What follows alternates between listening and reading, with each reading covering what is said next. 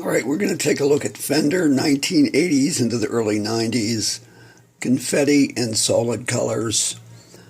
I'm going to go in close and do the top two rows. The way I have them organized is by gauge, of course, left to right, as I often do. But not always, and I note there's exceptions when that happens. But the entire top row is celluloid. The entire bottom row is PVC. In the early 90s, when these were still being printed, they were the last of those being made. DeAndrea started making them from PVC, which is polyvinyl chloride, obviously, because it's a cheaper material.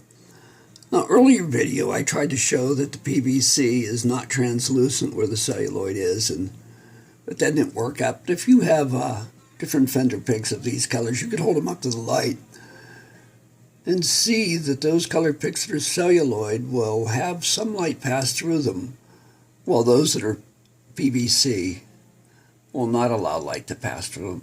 You can even see some differences in the color. The celluloid's a lighter red, PVC's a darker red.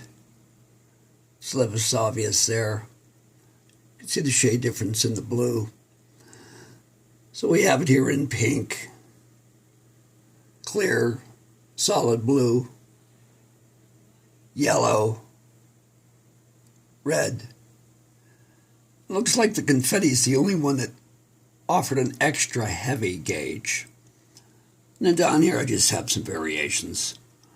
This at the bottom row is probably some of the very first that were produced in the 1980s when they started making them. I don't come across those colors often.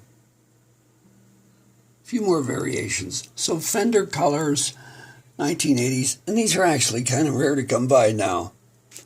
They could sell for a hefty price. Well, I won't say hefty, but more than you would expect to pay. Easily $3 to $5 each.